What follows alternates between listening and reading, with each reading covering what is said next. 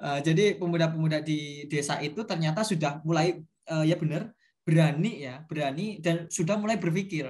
Sampai sekarang itu banyak sekali teman-teman atau adik-adik dari Purbalingga itu selalu bertanya, bisa ngapain ya di desaku di Purbalingga itu bisa ngapa ya, apa yang bisa dilakukan ya, banyak yang berdiskusi seperti itu. Ya bisa, jawaban saya itu biasanya ya sudah, lakukan apa yang bisa kamu lakukan, walaupun itu hal kecil, asalkan konsisten dan terus-menerus dilakukan, itu akan jadi kok gitu. Tapi nggak ada dukungan, nggak apa-apa, mulai dari hal kecil yang bisa dilakukan gitu. Jadi sebenarnya kemudian balik lagi ke kondisi desa yang ada di Purbalingga, saya melihat kekuatannya itu ternyata di anak mudanya.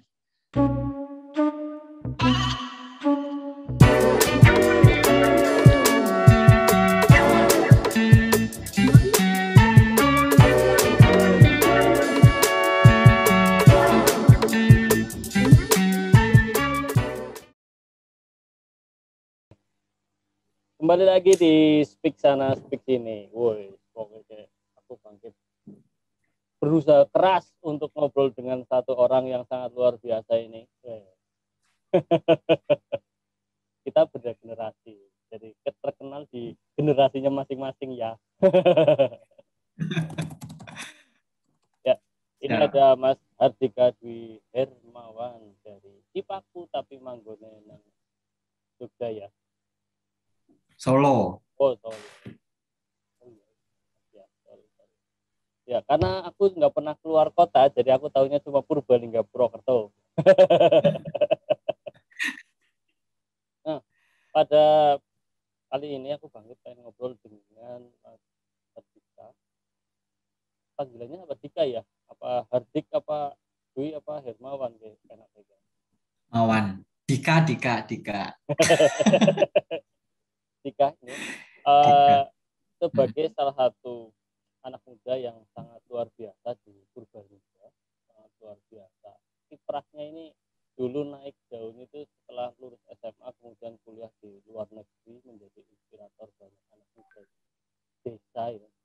Neng desa bisa keluar kuliah luar negeri. Dulu narasinya yang muncul di anak muda gitu, dan semakin banyak anak muda yang kemudian kepengen kuliah ya, minimal kuliah, karena Purbalingga itu PR-nya sangat luar biasa kalau ngomongin pendidikan tinggi. Nah, kali ini aku banget kan ngobrol tentang desa main ya, selain soal inspirasi pendidikan tinggi, karena ternyata kuliah aduh-aduh malah kembali ke desa ya. Mikirnya malah tidak lagi kota, rela bolak-balik ke banyak kota hanya ngomongin desa. Mulutnya ya mandan fales di era zaman sekarang ya. Apalagi orang masih berpikiran bahwa desa itu kan sesuatu yang deso, kuper, kemudian percuma untuk diperjuangkan karena orang desa juga berjuang ke kota. Ada apa dengan desa, Mas Bro? Sampai kamu harus berjuang sedemikian rupa ini. Oke, siap. Terima kasih Mas Bangkit ya atas waktu dan kesempatannya untuk berdiskusi ya. Saling berbagi juga, tentunya juga banyak belajar juga dari Mas Bangkit ya, yang sampai sekarang juga konsisten juga ya nih, ada Braling.co dan sebagainya. Jadi apa namanya, sebenarnya ada apa dengan desanya? Ada banyak sekali, ada saya, ada Mas Bangkit, ada kakak saya, ada keluarga saya, ya kan? Ada masa kecil saya, kenangan masa lalu yang indah gitu dan lain sebagainya. Desa itu punya value ya tersendiri yang nggak pernah terpisahkan sih dalam hidup saya sendiri gitu. Terutama juga sebelum studi ke luar negeri ataupun ke Jogja juga ya, waktu itu tumbuh besar itu ya di pedesaan, di desa ya. Walaupun waktu itu SMA di Purbalingga ya, di kota, ibaratnya bilangnya kota gitu, tapi kan pulang lagi ke desa gitu kan. Jadi tentunya sampai tahap ini, sampai detik ini pun semua itu juga dampak gitu ya, kontribusi dari lingkungan yang ada di desa juga gitu. Terima kasih juga di situ. Nah, sebenarnya desa itu apa gitu? Mesti kita ingat ya, selama ini kalau ngomongin Indonesia biasanya yang kita suka dengar itu tentang Jakartanya, Balinya gitu kan, Jogjanya gitu. Rasa-rasanya yang bercahaya di Indonesia itu cuma Jakarta gitu kan. Iya.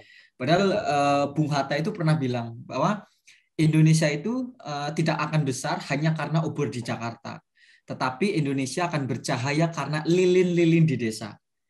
Nah, tapi Indonesia kan luas sekali, ada lebih dari 70.000 desa. Kenapa sampai sekarang itu yang kita dengar hanya Jakarta, Jakarta, Jakarta saja gitu. Padahal Jakarta itu ya bagian kecil dari Indonesia gitu. Kita punya banyak desa dan di situ pun banyak anak muda, banyak masyarakatnya, banyak anak-anak Indonesia yang sebenarnya ketika mereka mendapatkan informasi yang sama, mendapatkan peluang sama, mereka pun punya potensi yang sama juga. Nah, inilah yang kita melihat di situ ada sebuah disparitas informasi ya, yang kadang nggak nyampe ke saudara-saudara kita yang ada di pedesaan. Kenapa saya dapat kesempatan beasiswa ke luar negeri, teman-teman yang lain dapat kesempatan untuk bekerja juga di sektor yang lebih baik, ada teman-teman juga yang menjadi inspirasi dalam mengembangkan desa ataupun wilayahnya, karena mereka punya akses terhadap informasi, punya akses terhadap jaringan keluar ataupun teman-teman di luar ataupun pergerakan di luar gitu hingga akhirnya mereka ngerti apa yang harus mereka lakukan gitu. Jadi salah satunya adalah belum masih ya sedikit jembatan yang menjembatani saudara-saudara kita di desa biar mereka itu punya pola pikir berkembang atau growth mindset. Ini baru berbicara misalkan desa di Jawa ya. Saudara-saudara kalau kita di luar Jawa di daerah terpencil 3T yang sehari hanya 6 jam listriknya gitu, dan banyak ketimpangan di sana, itu tugas siapa ya? Tugas kita bersama ya kan, dan merasa sih itu salah satu bentuk ibaratnya tanggung jawab moral ya. Toh saya bersekolah pun bukan bukan dari uang saya sendiri, tetapi juga dari uang keringat rakyat Indonesia. Karena teman-teman yang bekerja bersekolah di sektor pemerintahan ataupun di perguruan tinggi negeri, kita bersekolah itu juga menggunakan pajak. Pajak siapa? Seluruh rakyat Indonesia gitu. Jadi bukan kalian berhasil di situ bukan hanya karena kalian, tetapi juga karena semua elemen di Indonesia itu saling bergotong royong untuk punya harapan. Kamu harus ngelakuin sesuatu juga untuk negaramu, gitu. Jadi ya itu awalnya ya kenapa juga pengen kembali ke desa karena memang ngerasa ya banyak potensi yang ada di desa selama ini belum coba digerakkan karena yaitu kurang penggerak dan lain sebagainya. Tentunya pertama juga karena mindset ya. Kenapa nama desa men itu ada? Jadi berasal dari kata desa dan mindset. Jadi kenapa kalau misalkan nih mahasiswa lah banyak, mereka dikasih pelatihan, dikasih training, Ya. tetapi kalau mindsetnya sama saja, nggak pengen berubah, nggak pengen berkembang, sama saja ilmunya nggak dipakai. Ya sudah, jadi dapat pelatihan, dapat sertifikat gitu, selesai. Tapi kalau coba kita arahkan mindsetnya mereka menjadi mindset yang untuk terus berkembang, mindset mau berbagi, saya yakin di sini akan banyak hal yang ibaratnya berkembang ya, entah di mana saja, tapi pada lingkup ini adalah desa itu sendiri. Dan yang kedua, salah satunya juga sekarang melihat banyak sekali skema beasiswa dalam atau luar negeri. Banyak sekali anak muda sekarang yang gembor-gembornya itu international, world class, dan lain sebagainya gitu. Tetapi nggak diimbangi dengan grassroots understanding yang bagus, pemahaman akar rumput yang bagus, pemahaman tentang kamu tuh berasal dari mana gitu. Kamu sadar nggak saudara-saudaramu juga yang ada di akar rumput gitu. Jangan-jangan kita punya kompetensi bagus, tetapi kita nggak bisa berbaur dengan saudara kita yang di akar rumput.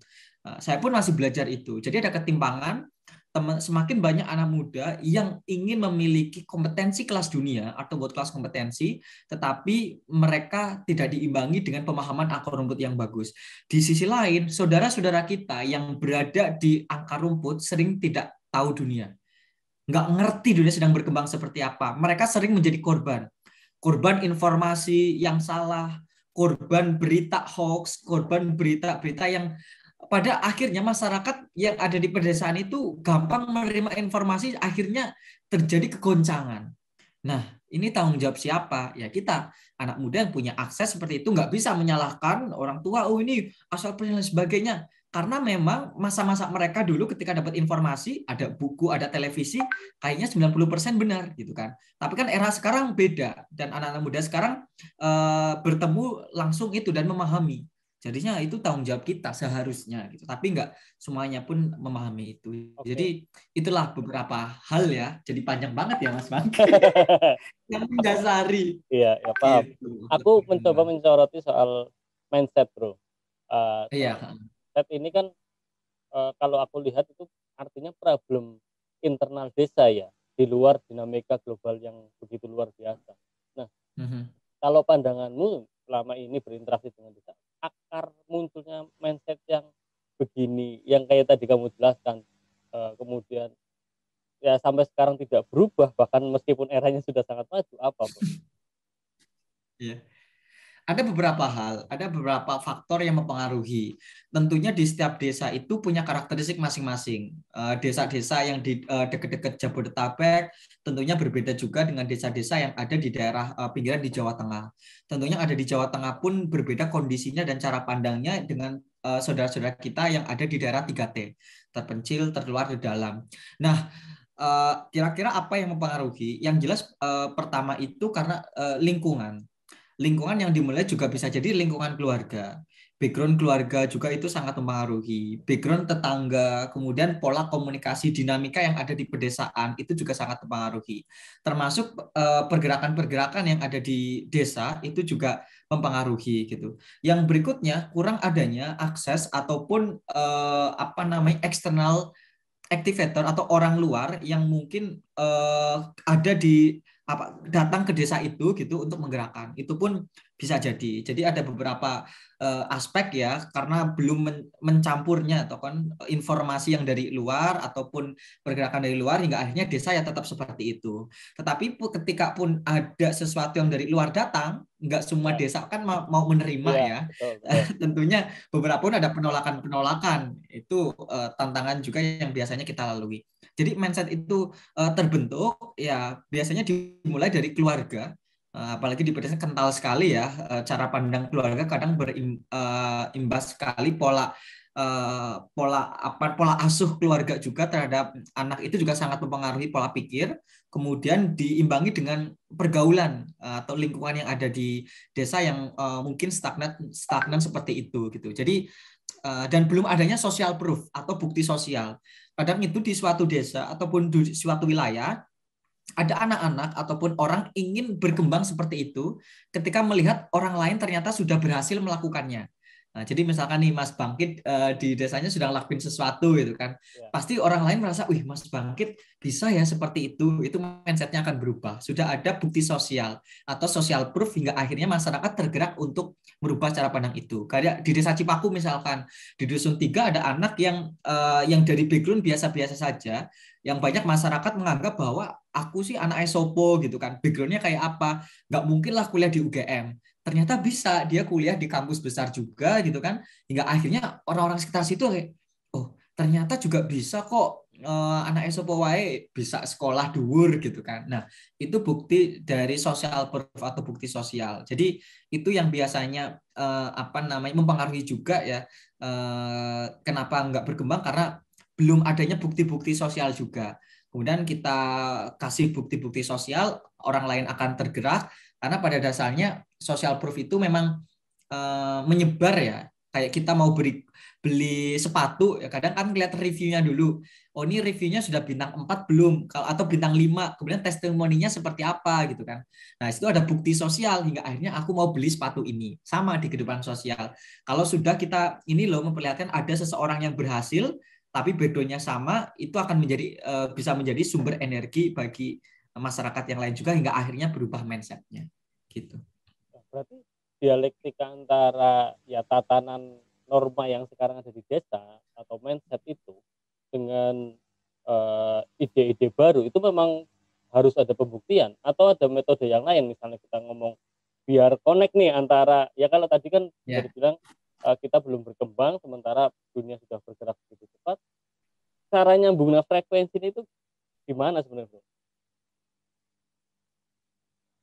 Gimana Mas tadi terputus Ya, caranya apa? cara menyambungkan frekuensi antara desa yang masih Oh, kudet itu betul, betul. dengan zaman yang kayak gini maju gitu. Oke, siap. Jadi sebenarnya selalu sering terjadi ya perbedaan cara berpikir, misalkan dari generasi muda juga dengan generasi tua.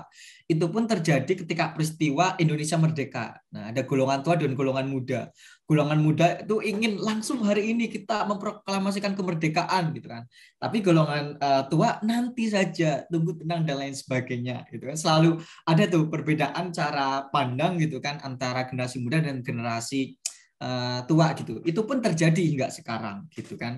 Jadi itu yang tantangan juga gitu kan. Ketika anak muda pun bergerak di desa, kadang ya dianggap anak muda ngerti apa gitu kan. Tetapi juga orang tua pun kita harus menghargai juga. Mereka pun ada pengalaman-pengalaman yang nggak kita tahu. Tetap harus kita menghargai itu semua. Nah, gimana caranya biasanya kita untuk menyamakan frekuensi ya kan, biar kita tuh sama-sama ingin bergerak. Biasanya kalau ada beberapa cara yang Desa Main lakukan, tipe-tipe pengembangan yang biasanya kita lakukan, agar pemberdayaan itu juga bisa diterima. Nah, jadi yang pertama kita pun ada yang namanya kita rubah dari pola sentralisasi ke desentralisasi. Jadi Desa Main kan memiliki chapter ya, termasuk di Purbalingga yang sekarang sedang buka Desa Main chapter Purbalingga sedang oprek untuk tahun kedua. Jadi mereka pun punya otonomi khusus untuk membuat program sesuai dengan apa yang ada di masyarakat mereka, kondisi permasalahan. Yang itu biasanya kita sebut dengan bottom up. Jadi program itu biasanya kita akan dengarkan terlebih dahulu dari masyarakat seperti apa, pemuda seperti apa, kemudian kita dengarkan, kita kurasi, kita breakdown, kemudian kita diskusi bersama. Oh, kayaknya bisa nih program ini kita lakukan.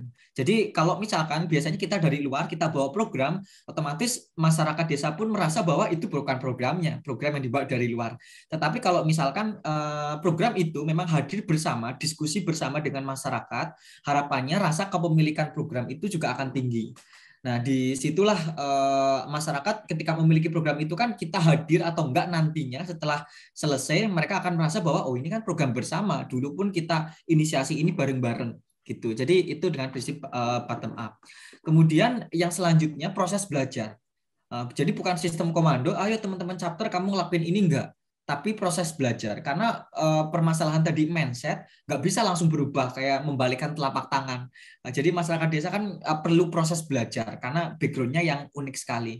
Jadi proses belajar ini, jadi yang pertama adalah pendekatan berbasis empati. Gimana teman-teman desa men pun harus berempati terlebih dahulu. Kita jangan memaksa mereka memahami kita dulu, tetapi paksa diri kita memahami mereka. Ketika kita memahami mereka, gunakan cara pandang itu untuk memberikan feedback ataupun untuk merespon. Nah, jadi cara pandang mereka itu kita gunakan sebagai landasan untuk merespon. Jadi itu beberapa hal yang dilakukan dan kita rubah. Fokus kita adalah untuk membentuk social capital atau human capital atau modal sosial. Modal sosial itu adalah adanya trust, adanya rasa percaya satu sama lain, adanya share value yang sama, jadi sama-sama meyakini hal-hal yang sama dengan masyarakat desa gitu, akhirnya mereka mau bergerak. Tapi memang ini nggak mudah ya untuk dilaksanakan. Tantangannya luar biasa sekali. Makanya kita tekankan, ini proses belajar. Tantangannya berbeda, iya, karena yang bergerak juga anak-anak muda yang baru belajar bermasyarakat biasanya, gitu kan. Nggak semuanya itu bisa langsung membaur dan lain sebagainya. Tentunya dinamikanya berbeda. Tapi ini proses yang kita lalui untuk penyamaan frekuensi, yaitu membanyakin diskusi dan komunikasi. Karena miskomunikasi sering terjadi karena komunikasinya itu nggak lancar, pola diskusinya nggak saling terbuka. Keterbukaan itu sangat penting untuk membentuk kepercayaan. Tetapi kadang yang kurang terbuka itu kan menimbulkan mispersepsi ya, salah paham gitu. Jadi yang kita dorong itu beberapa hal itu bottom up, variasi lokal, hal yang satu dan yang lain pun dibedakan, nggak bisa desa A dan desa B pun kita samakan karena needs-nya, kebutuhannya pun berbeda. Kemudian juga belajar dan fokusnya kita membentuk itu modal modal sosial gitu. Itu Itu beberapa pendekatan. pendekatanmu pendekatan yang apa namanya ya, intelektual banget ya bro. Tapi secara praktik sendiri gimana? Ya, ya karena kalau misalnya gini, aku sering dengar anak-anak mahasiswa itu kan ngomongnya seperti itu ya. Tapi secara real mereka sendiri kadang tidak bisa melakukan apa yang mereka omongkan gitu. Karena bisa jadi bahasanya Mm-mm. tidak Ya, ya. tidak Betul. dipahami Mm. atau metodenya mungkin metode yang sangat elitis ya, diskusi kemudian bedah konsep. Mm-mm. Sementara masyarakat di desa pemuda mungkin tidak nyambung. Nah, idemu itu sejauh ini gimana? Betul. Bisa diterapkan dengan baik atau Oke. Mm-mm. Jadi dalam penerapannya biasanya pola komunikasi kita tentunya berbeda dengan teman-teman yang memang punya background akademis. Tentunya kita berbeda dengan pola komunikasi dengan teman-teman yang punya background pun berbeda gitu kan. Jadi intinya bahasa kalau kita ngomong sama orang Indonesia ya bahasa Indonesia gitu kan. Kemudian sama orang Inggris pakai bahasa Inggris gitu kan. Sama ketika misalnya kita berdialog dengan masyarakat desa, tentunya bahasa-bahasa yang kita gunakan adalah bahasa orang desa gitu.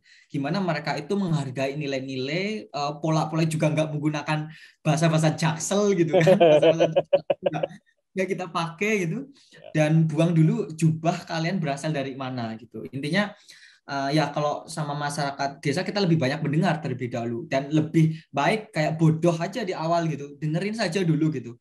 Dengerin saja dulu, resapi dan lain sebagainya. Ya kita gunakan cara ilmu dekat kita adalah ilmu manusia saja, humanis gitu. Kadang pola-pola teori itu nggak perlu kita sampaikan juga ke masyarakat desa. Jadi langsung aja jalan dipraktekkan. Itu yang menantang sekali di anak muda.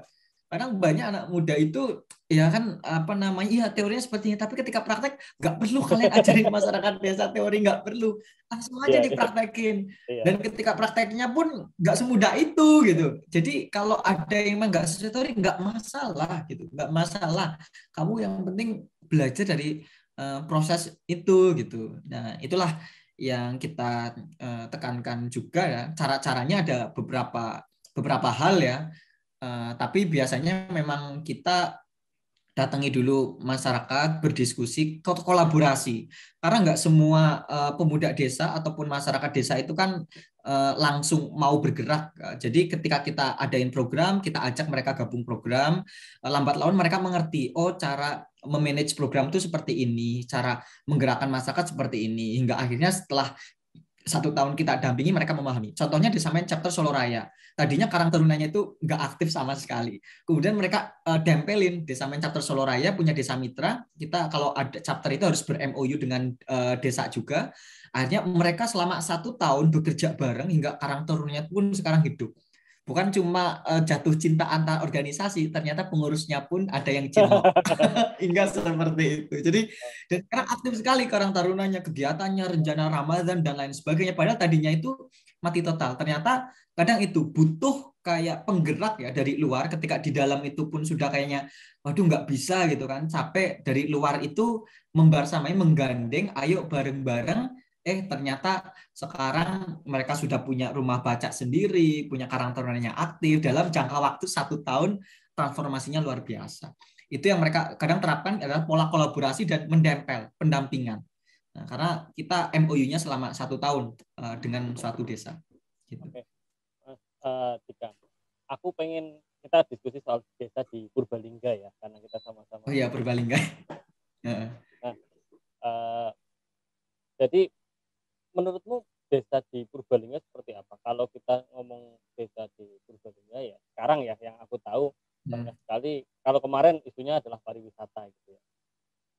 Sering melihat itu dan kalau kayaknya 2-3 tahun terakhir semakin banyak desa yang kayak kamu sebut tadi sudah berani memunculkan karakter-karakter yang agak unik ya. Di Paku sudah berani dengan konsep usahanya itu beras itu pos di Paku ya. Terus kemarin aku ketemu teman-teman di daerah Kecamatan Kalibundang sudah berani menampilkan festival anak desa yang ngomongnya festival Iya, itu dan Andika itu juga pengurus desa Main. Iya. itu banyak sekali dan ternyata di Kalibundang banyak sekali sentra-sentra seniman yang sangat luar biasa di banyak desa Karang Taruna juga itu. Dalam pandanganmu setelah berkeliling banyak kota di Indonesia bahkan mungkin dunia ya desa di Purbalingga kayak apa? Oke. Sekarang saya melihat ya dengan banyaknya komunitas yang di Purbalingga semakin menjamur ketika SMA dulu ya tahun 2008 2011 kayaknya jarang sekali ya dengar ada pergerakan pemuda kecuali ya Gemalingga dan lain sebagainya yang mahasiswa ya kan. Tetapi setelah lulus studi S1 kemudian S1 gitu mulai melihat banyak sekali pergerakan yang diinisiasi oleh anak muda. Dan di situ merasa sih kayak inilah saatnya ternyata pemuda-pemuda di Purbalingga itu bisa bangkit. Kalau kayak namanya Mas Bangkit ya. Jadi pemuda-pemuda di desa itu ternyata sudah mulai ya benar berani dan sudah mulai berpikir. Sampai sekarang itu banyak sekali teman-teman atau adik-adik dari Purbalingga itu selalu bertanya, bisa ngapain ya di desaku di Purbalingga itu bisa ngapa ya, apa yang bisa dilakukan ya, banyak yang berdiskusi seperti itu. Ya bisa, jawaban saya itu biasanya ya sudah lakukan apa yang bisa kamu lakukan, walaupun itu hal kecil, asalkan konsisten dan terus-menerus dilakukan itu akan jadi kok gitu. Tapi nggak ada dukungan, nggak apa-apa, mulai dari hal kecil yang bisa dilakukan gitu. Jadi sebenarnya kemudian balik lagi ke kondisi desa yang ada di Purbalingga, saya melihat kekuatannya itu ternyata di anak mudanya. Nah, kita lihat kampung marketer ya, ada Mas Novi dan lain sebagainya kan juga masih muda ya waktu itu. Kemudian juga di beberapa wilayah ya yang menggerakkan siapa? Ternyata anak mudanya atau punya jiwa anak muda kayak misalkan Mas Tio ya, kepala desa yang muda juga tentunya punya cara pandang yang berbeda juga gitu. Termasuk Andika yang festival anak desa ya. Kalau Andika kebetulan di Desa Men pun dia di bagian growth management di bidang pertumbuhan dan pengembangan. Dan itu juga siapa? Anak muda lagi gitu. Ternyata ya itu saya melihat desa-desa di Purbalingga itu bisa sekali nih dikumpulkan anak mudanya, mungkin perwakilan dari setiap desa, digabungkan, didatangkan inspirasi atau saling berbagi. Kira-kira nanti apa nih proyek yang bisa mereka lakukan untuk desanya? Itu salah satu impian saya juga sebenarnya. Kenapa kita pun adakan leadership camp. Jadi Februari nanti ini sudah tahun kedua ada Desa Leadership Camp, gimana anak-anak muda ini punya bekal menjadi leader, tapi leader di desa. Karena banyak sekali anak muda yang bisa menjadi leader, tapi mereka nggak bisa menggerakkan desanya. Banyak yang jadi aktivis di kampus ya kan Asik mempesona sendiri sana ya. sini. Iya, tetapi ketika di desa aktivis kampus itu melempem ya kan, bingung gimana gitu kan. Ya. Nah, pengen dah pola-pola leadership camp ini yang membantu anak-anak muda ini biar bisa ya menggerakkan desanya itu penting. Jadi saya melihat progres di Purbalingga itu ya bagus sekali ya anak mudanya, tinggal kita dorong fasilitasi. Anak muda itu cukup dikasih kesempatan, peluang, pasti mereka akan apa namanya cepet ya bergerak. Kalaupun di desa ini anak muda, aku kasih peluang. Ini ada misalkan dana 10 juta atau apa gitu. Silahkan lakukan apa yang ingin kamu lakukan gitu. Kita kontrol saja pasti akan bagus. Kadang itu anak muda nggak mau bergerak itu karena dibatasi peluang, kesempatan dan nggak ada dukungan. Selalu bilang rasanya nggak ada dukungan gitu kan. Padahal kalau misalkan dibuka peluang lebar-lebar, saya yakin desa-desa di Purbalingga itu akan cepat maju gitu. Kalau diberi ruang, anak muda itu cukup diberi ruang untuk maju dan berkembang. Butuh apa? Nih ada ini, undangan ini gitu maksudnya. Pengennya gitu ya, Mas Bangkit. Halo Pak Kades, tolong ya. Nah, kalau itu dari satu aspek bagaimana anak muda. Nah, kalau dari pandanganmu sebenarnya tantangan desa itu di Purbalingga, desa-desa di Purbalingga itu karena kalau isu mungkin 5 tahun yang lalu bicaranya adalah infrastruktur gitu ya. Sementara sekarang juga ada bandara, exit tol ada, jalan semakin luas, meskipun di beberapa desa masih ada yang jelek gitu lah. Tapi secara prinsip akses sudah ini, media sosial sangat membantu. Tantangan desa di Purbalingga di kota yang bisa dibilang bukan kota tujuan ya. Selama ini kan ini kota persimpangan saja. Gimana tantangan di desa? Oke, sebenarnya potensi yang di desa ini perlu digarisbawahi juga untuk teman-teman itu bukan sumber daya alamnya. Kalau kita berbicara desa itu jangan berbicara sumber daya alamnya, tetapi aset terbesar yang dimiliki desa adalah sumber daya manusianya, manusianya itu sendiri. Jadi kalau misalkan sumber daya alam bagus, tetapi sumber daya manusianya ataupun SDM-nya nggak kita kembangkan, bisa jadi yang terjadi adalah merusak lingkungan. 5 atau 10 tahun mendatang lingkungannya bisa rusak. kita bangun infrastruktur sebagus apapun, kalau manusianya juga nggak mau merawatnya dan lain sebagainya, nantinya akan rusak lagi. Ya kan? Jadi aset terbesar yang dimiliki desa itu adalah manusianya itu sendiri. Nah, jadi ini juga yang perlu, harusnya pola pembangunan yang harus kita juga fokuskan adalah gimana membangun manusia desa itu sendiri. Bisa dari manusianya, perangkatnya, ataupun infrastruktur dan lain sebagainya gitu kan. Itu juga akan mendongkrak sekali. Intinya manusia itu akan menjadi kunci negara-negara maju, negara-negara yang berkembang. Itu kalau kita ngelihat bukan sumber daya alamnya, tapi sumber daya manusianya. Singapura misalkan nggak punya sumber daya alam, nggak punya minyak, nggak punya pertanian, tetapi bisa maju karena apa? Karena manusianya. Saya melihat yang sama, Indonesia itu kalau SDM-nya bagus, SDA-nya juga sudah bagus, pasti ya kan desa itu akan berkembang dengan cepat dan masif sekali. Nah, balik lagi tadi terkait dengan Purbalingga itu bukan kayak main destinasi utama ya, bukan destinasi utama. Kira-kira nilai jualnya itu apa gitu kan yang bisa diberikan. Walaupun sekarang yang memang sedang dihadirkan itu adalah wisata ya. Kita pun sudah punya sumber-sumber baru pariwisata dan lain sebagainya. Tapi yang saya lihat punya potensi juga adalah kewirausahaan sosial yang mulai menjamur yang ada di Purbalingga, yang dimulai dari kampung marketer dan lain sebagainya. Cipaku juga kan bentuknya kewirausahaan sosial. Ini akan menjadi sentra-sentra inovasi anak muda. Saya melihat di Jawa Tengah pun beberapa sudah ada, tetapi Purbalingga pun ada juga kemarin di Purbalingga kalau nggak salah juga ada sentra UMKM ya, UMKM dan lain-lain yang sedang dikembangkan. Itu bisa jadi juga salah satu ya, salah satu main yang orang-orang ingat tentang Purbalingga itu tentang apa. Kalau sekarang saya tanya, tahu Purbalingga? Tapi pasti kenal pot sih. Kenal pot yang Sumanto dong. pertama gitu. Sumanto, iya Sumanto, kenal pot gitu. Sampai sekarang pun saya pun sedang kayak apa nih nilai jual Purbalingga ya kan, yang bisa orang pun ketika ingat itu akan langsung terngiang selain kenal potnya dan Sumantonya tadi. Selain dengan Wabung, tapi sekarang kalau di teman-teman di kalangan wirausaha sosial itu mereka akan ingat Komerse atau kamu marketer itu salah satunya. Kemudian ingat juga pergerakannya karena semakin banyak anak muda dari Purbalingga itu ternyata punya pergerakan. Oh, Purbalingga ya, yang sekarang itu anak mudanya mulai bangkit ya, Mas, bangkit lagi dan lain sebagainya. Tapi kalau melihat potensi memang secara umum Purbalingga ini kalau dari sudut pandangku juga masih tahapan kayak mencari ya apa yang bisa paling menjual. Pernah ya kopi ya kan, kopi juga sedang dinaik-naikkan, diin-inkan gitu kan. Nggak tahu nanti gula semut itu juga sering saya dengar juga. Kalau teman-teman tanya gula semut dari mana, dari di Purbalingga itu kan, Cipaku ada juga gitu kan. Kemudian ya itu sih alam wisata tapi semuanya juga wisata ya, beberapa daerah juga potensinya wisata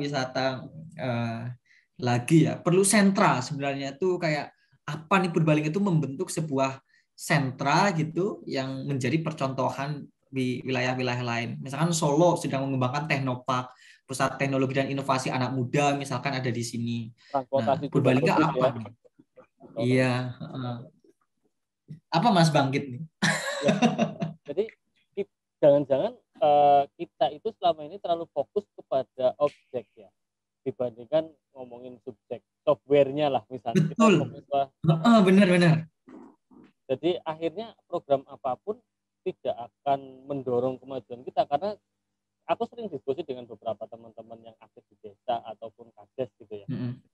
Ya problemnya mereka untuk mendorong BUMDes optimal, kemudian ide-ide baru itu selalu terhambat karena ide ini cuma cangkeman, yang diomong orang bisa melakukan gitu ya. Sementara saat dipasrai tugas kadang enggak yang muda yang enggak yang tua, sama saja kita selalu bingung gitu.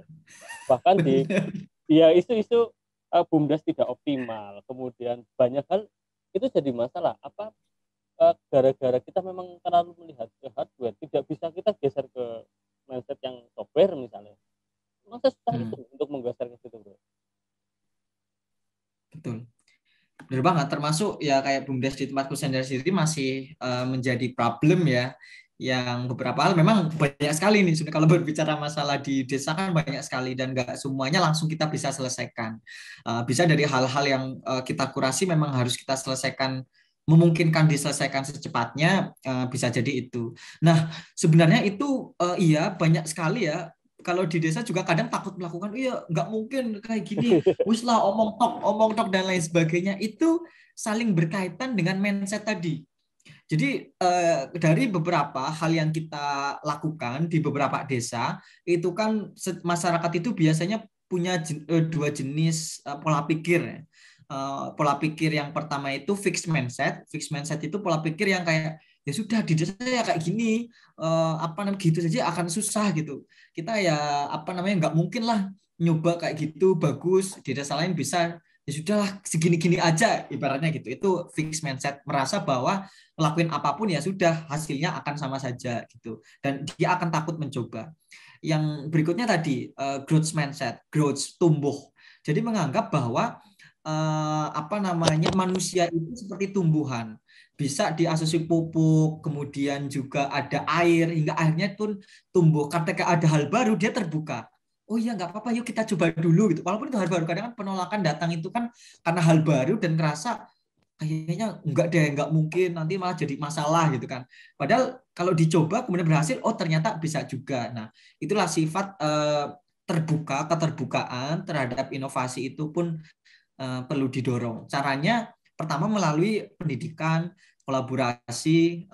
Kalau kadang ya sekali dua kali lah. Dulu ketika ada Desa Men itu setiap tahun ketika S1 itu saya ke rumah ngadain seminar and training ICT, kejar paket C dan lain sebagainya. Dulu ratusan tuh yang hadir. Dulu itu yang namanya EduTech, Education and Training 2 hari saya laksanakan di Desa Cipaku. Itu hari kedua pas seminar ada 121 yang hadir dari orang tua, anak muda, dan ternyata yaitu kita kadang hanya 2 atau 3 hari berbagi bisa seumur hidup menginspirasi mereka. Saya hadirkan teman-teman yang dari luar itu untuk berbagi, dan sampai sekarang ketika ketemu kadang inget ya, padahal waktunya sangat singkat. Itu beberapa hal yang bisa dilakukan walaupun nggak semua orang itu langsung bertransformasi, tapi setidaknya ada beberapa orang yang akan meneruskan mimpi-mimpi kita dan itu menjadi sebuah jaring yang menyebar, ibaratnya efek domino ya, efek domino. Jadi satu orang misalkan Mas Bangkit berbagi, yang lain mendengarkan, oh adalah orang-orang yang akan terus tertarik lagi, terus tertarik, jadi menyebar.